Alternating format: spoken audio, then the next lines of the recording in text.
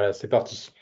Bien, bonjour à tous et à toutes. Donc, c'est Jean-Pierre de Cyberlibris. Je suis content de vous retrouver pour ce nouveau rendez-vous des présentations des nouveautés de ScholarVox Université. Donc, c'est le troisième cycle que l'on fait depuis le début de l'année consacré aux nouveautés université. Donc là, c'est la première séance du troisième cycle qui va être consacrée aujourd'hui aux nouveautés, principalement en économie-gestion, mais également emploi, métier, formation et sciences politiques. La dernière fois que nous nous sommes parlé sur la partie éco-gestion, ça remonte à tout début avril. La vidéo d'ailleurs du webinaire est toujours disponible sur le YouTube de Cyberlibris. Donc n'hésitez pas à aller la voir si vous n'avez pas pu la voir à l'époque ou vous n'avez pas pu être présent. Autrement, ce que je peux vous dire, c'est que comme d'habitude, pour toutes les personnes qui participent à la séance d'aujourd'hui, vous allez recevoir dans la journée un petit mail récapitulatif avec tous les points que j'aurai évoqués pendant ce webinaire. Également, je peux aussi vous annoncer d'ores et déjà la date du prochain webinaire consacré à l'économie-gestion. Alors, ça nous emmène à la rentrée, ça nous emmène au vendredi 26 septembre à 11 h. Et puis également, pour mémoire, la semaine prochaine, vous avez le webinaire consacré aux sciences humaines et sociales. Et dans 15 jours, celui consacré aux sciences, santé, médecine, informatique. Donc voilà ce que je voulais vous dire en introduction. Ah oui, autre chose, un point important, c'est qu'évidemment, si vous avez des questions sur le catalogue, sur le fond, sur l'évolution du fond, n'hésitez pas par retour de mail à me poser toutes vos questions. J'y répondrai avec plaisir. Donc n'hésitez pas. Donc voilà ce que je voulais vous dire en introduction. Qu'est-ce que je pouvais aussi... Ah oui, au niveau du plan. Au niveau du plan, on va parler de nouveaux éditeurs qui sont rentrés dans le catalogue. Alors, deux nouveaux éditeurs qui concernent les sciences politiques. Donc ça, j'insiste là-dessus. Quelques mises à jour éditeurs aussi pour la partie économie-gestion. Et puis après, on va passer, comme d'habitude, sur la partie davantage axée sur les thématiques. Donc, il y aura de l'économie, de la gestion finance, management ressources humaines, stratégie d'entreprise, et puis une sélection également de sciences politiques et une autre consacrée à l'emploi métier formation. Voilà ce que je pouvais vous dire dans cette intro. On va pouvoir démarrer d'ores et déjà la séance. Ah oui, un petit point aussi, c'est que la vidéo sera disponible sur YouTube, je ne vous en ai pas parlé, la semaine prochaine. Donc, le webinaire sera disponible sur YouTube. Et pour les personnes qui suivent sur le YouTube de Cyberlibris, toutes les descriptions, tous les liens sont dans la description de la vidéo. Voilà. Hop, alors, on va commencer. Je vais couper ma caméra. Tchac. Alors, on va commencer par les nouveaux éditeurs, comme je vous l'ai signalé, qui sont consacrés aux sciences politiques. Un nouvel éditeur qui est rentré ces dernières semaines, c'est Kalman Levy. On a commencé à travailler sur une petite sélection de titres avec Kalman Levy. C'est 19 titres pour l'instant, dont 16 qui sont consacrés aux œuvres de Raymond Aron. Donc, il y a pas mal de choses de Raymond Aron parmi ces titres. Il y a par exemple Machiavel et les tyrannies modernes, le marxisme de Marx, par exemple.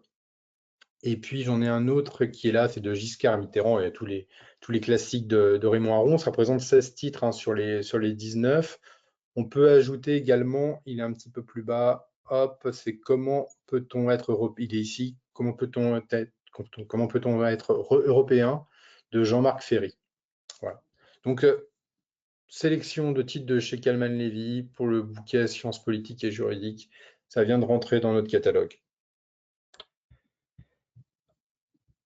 Autre nouvel éditeur, toujours sur les sciences politiques, je vous l'avais dit, il y avait deux nouvelles maisons d'édition qui nous ont rejoints, c'est Double Ponctuation, avec 9 ouvrages qui sont publiés entre 2020 et 2024.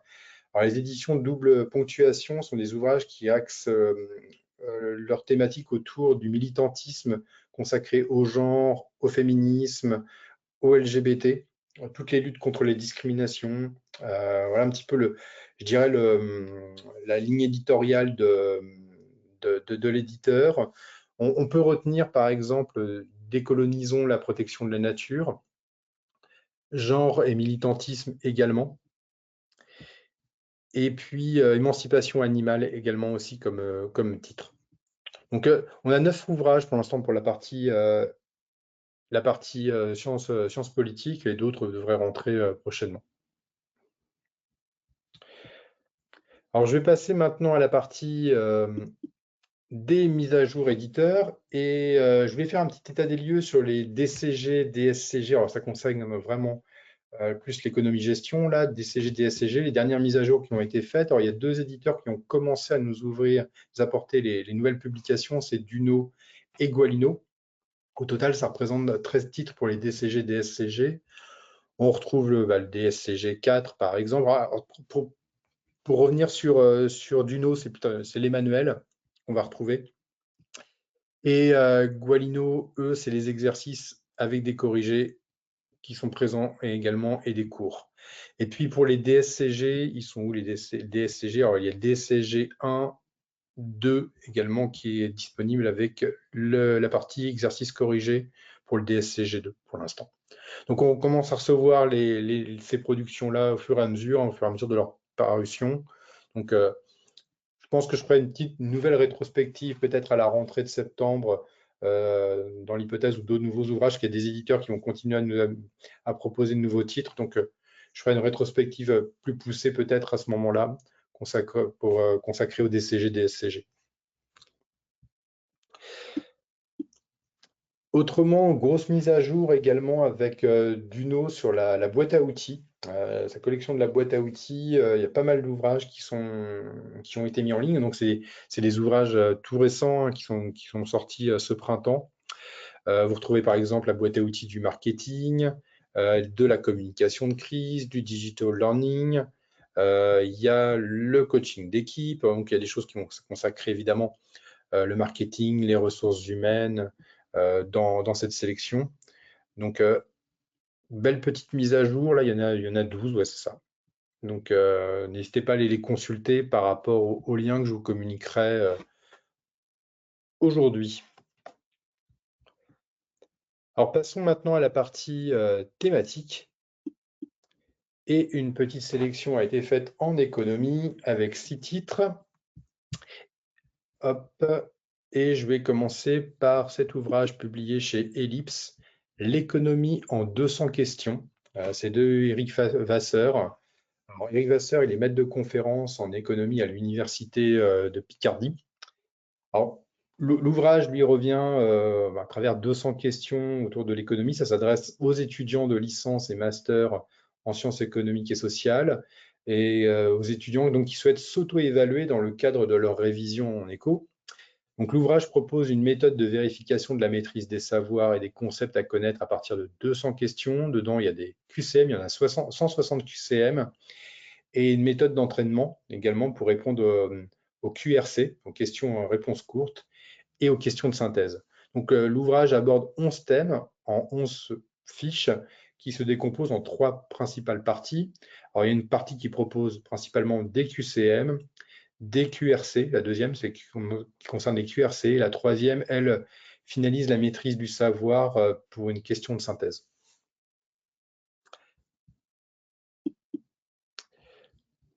Hop. Autre titre que j'ai retenu, c'est l'histoire des idées économiques. Il est là. C'est publié chez Duno, c'est de Jean Delmotte. C'est dans la collection donc Aide-mémoire, Histoire des idées économiques. Donc Jean Delmotte, lui, il est maître de conférence à l'université Paris 1 Panthéon-Sorbonne et spécialiste des histoires et de la pensée des théories économiques. Donc l'auteur revient dans cet ouvrage, bien sûr, des concepts assez simples. Hein. Que signifie le libéralisme en économie? Qu'est-ce qu'être keynésien? Que faut-il retenir des grands courants de la pensée économique? Donc, c'est un aide-mémoire qui présente les différentes théories économiques dans une perspective historique, des grands auteurs précurseurs de la pensée économique au développement plus contemporain. Donc, on retrouve dedans la présentation des théories qui est, elle, contextualisée grâce à des rappels historiques et à la prise en compte de la dimension humaine et sociale de l'économie. Donc, on retrouve dedans un découpage chronologique. L'ouvrage propose des dialogues entre penseurs également. Donc, c'est assez original, qui mettent en avant comment l'histoire des idées économiques offre des leçons utiles pour l'analyse du présent.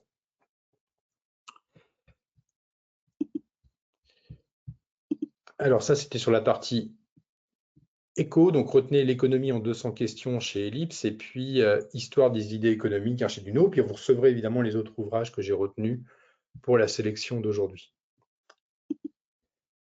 Alors gestion finance également, et gestion finance, je vais prendre celui-ci, les fondamentaux, dans la collection des fondamentaux, publié chez Hachette Éducation, c'est Comptabilité générale, de Raymond Guyusso, Lucien Jaffré et Pierre Jacquet, qui sont professeurs. Pour Raymond Guyusso, il est professeur émérite des universités à l'université Rennes 2. Lucien Jaffré est professeur d'économie à l'université Bretagne Sud et Pierre Juguet, également professeur de gestion, lui, à Bretagne Sud également. Donc c'est un manuel pédagogique qui est un outil indispensable pour s'initier facilement à la compta.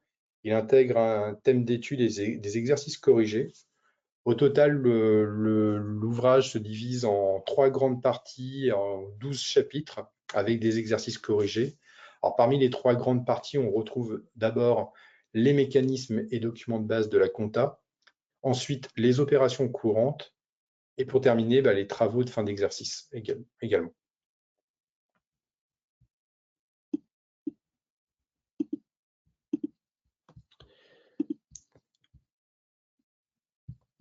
Alors, autre titre que j'ai retenu, c'est Monnaie et finances écologiques. C'est publié chez Debook dans la collection Ouverture économique. C'est de Thomas Lagarde-Sego, qui est professeur d'économie et de finances internationales chez Kedge. L'ouvrage fait la référence des cours d'économie et de finance en matière de durabilité, donc est vraiment axé autour de la durabilité et de l'écologie, cet ouvrage. Le manuel permet aux enseignants d'introduire dans leurs cours des nouvelles perspectives de durabilité. Ça permet aussi de revisiter les fondements de l'économie financière et monétaire. L'auteur s'appuie sur 15 spécialistes issus de grandes écoles et d'universités françaises dans la rédaction de cet ouvrage. Alors, chaque chapitre contient des objectifs d'apprentissage, des questions à débattre et des cas pratiques. Voilà un petit peu ce qu'on va retrouver dans cet ouvrage. Donc, c'est vraiment les finances axées autour de l'écologie et de la durabilité. On va retrouver dans cet ouvrage. Donc, sur la partie gestion finance, retenez comptabilité générale, publié chez Hachette Éducation, et monnaie et finances écologiques, publié chez Debook.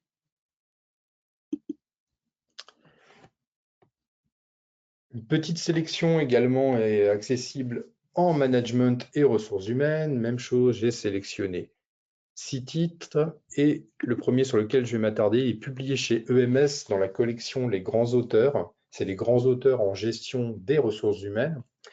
Alors, il y a 4 auteurs qui ont travaillé sur cet ouvrage, principalement, enfin, il est dirigé par 4 auteurs, cet ouvrage. Il y a plus de contributeurs sur ce titre. Il y a tout d'abord Françoise Chevalier, qui est professeure associée à HEC en management et en ressources humaines.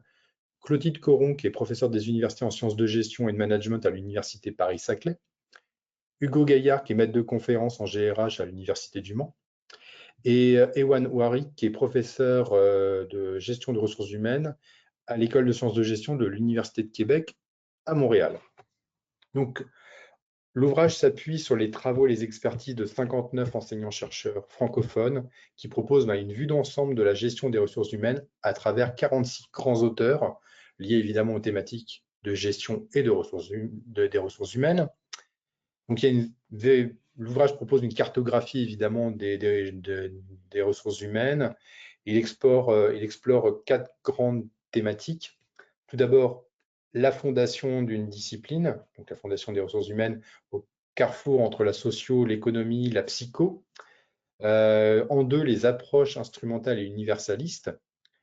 En 3, les approches qui accordent davantage de place à la contingence. Et enfin, en 4e partie, les perspectives critiques qui contribuent à renouveler, à remettre en question un peu la discipline.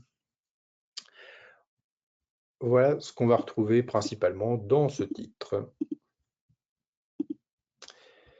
Alors, autre ouvrage publié chez Debook, c'est le management humain, une approche renouvelée de la GRH et des comportements organisationnels.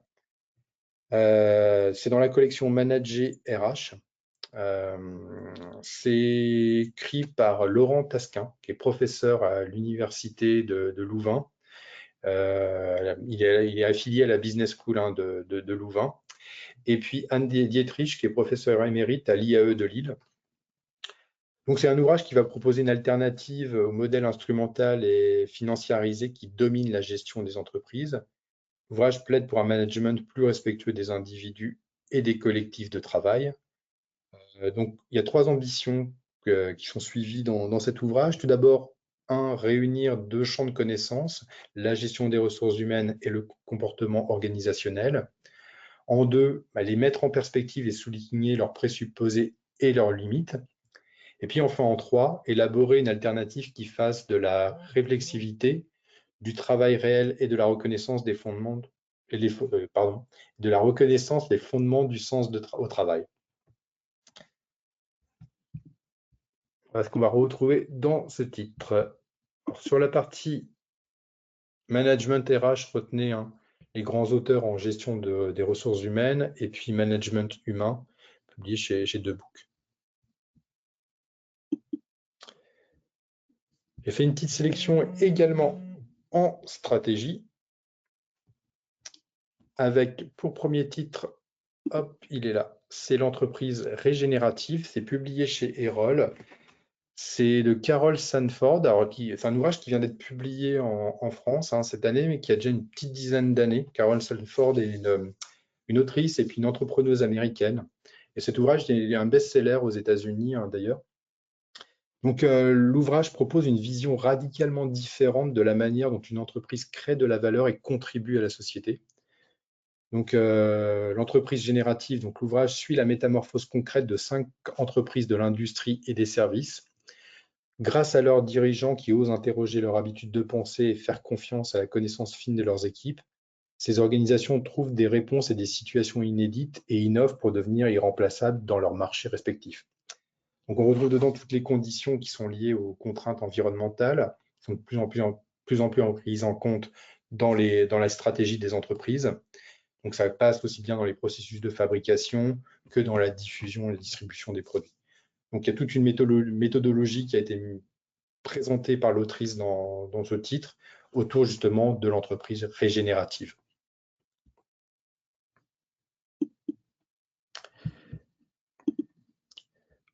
Autre ouvrage que j'ai sélectionné, c'est également publié chez Erol, c'est Startup and Down, l'art de traverser les crises. Donc, c'est de Thibaut Renouf, qui est dirigeant d'une startup justement, et qui dans cet ouvrage fait un état des lieux sur les crises que peut traverser une petite entreprise, donc une startup. Donc, toute entreprise devra un jour faire face à une crise, comment s'y préparer et les surmonter. Donc, la crise est donc une composante inévitable à la vie de toute boîte. Elle peut parfois entraîner des licenciements, des faillites, des périodes de doute. Mais il y a des petites possibilités, des techniques justement pour surmonter ces périodes de crise. Donc, il y a tout ce qui concerne la problématique de la dette technique, comment améliorer sa technique, l'intensification de la concurrence, comment faire face donc à la concurrence, les crises imprévisibles, donc l'auteur fait référence à la crise de la Covid-19, et les crises de financement également auxquelles peuvent être confrontées une entreprise. Donc voilà ce qu'on va retrouver dans cet ouvrage qui est plutôt bien fait, qui explique qu'à partir d'études de cas de terrain, comment traverser les crises, comme son sous-titre l'indique. Sur cette partie stratégie d'entreprise, retenez, il est où? Il est là, l'entreprise régénérative, et puis Startup and Down, deux titres qui sont publiés chez Erol. Alors j'ai fait un petit focus également en sciences politiques. Le premier titre sur lequel je vais m'attarder, il est là, il est d'actualité, c'est Géopolitique des États-Unis, 40 fiches illustrées pour comprendre le monde. C'est de Marie-Cécile Navès dans la collection Géopolitique de Erol. Alors, Marie-Cécile Navès, elle est directrice de recherche à l'IRIS et directrice également de l'Observatoire Genre et Géopolitique. Donc, l'ouvrage fait un état des lieux sur la vie démocratique, le libéralisme économique et la polarisation politique qu'on retrouve aux États-Unis. Donc, quels sont les grands enjeux aux États-Unis depuis la réélection de Trump? Quelle place le pays occupe-t-il dans le monde, dans un monde interdépendant qui est marqué par des crises et des conflits? Alors, ces questions traversent l'histoire contemporaine et ressurgissent au fil de l'actualité. Dedans, on retrouve des clichés évidemment liés à la politique américaine, mis en perspective avec la réalité. Donc, ce livre nous parle de lieux, de faits, de chiffres pour nous aider à y voir plus clair. Et l'ouvrage est composé de 40 fiches donc documentées pour cerner les enjeux de la région. Et dedans, on retrouve des cartes, des graphiques et des tableaux.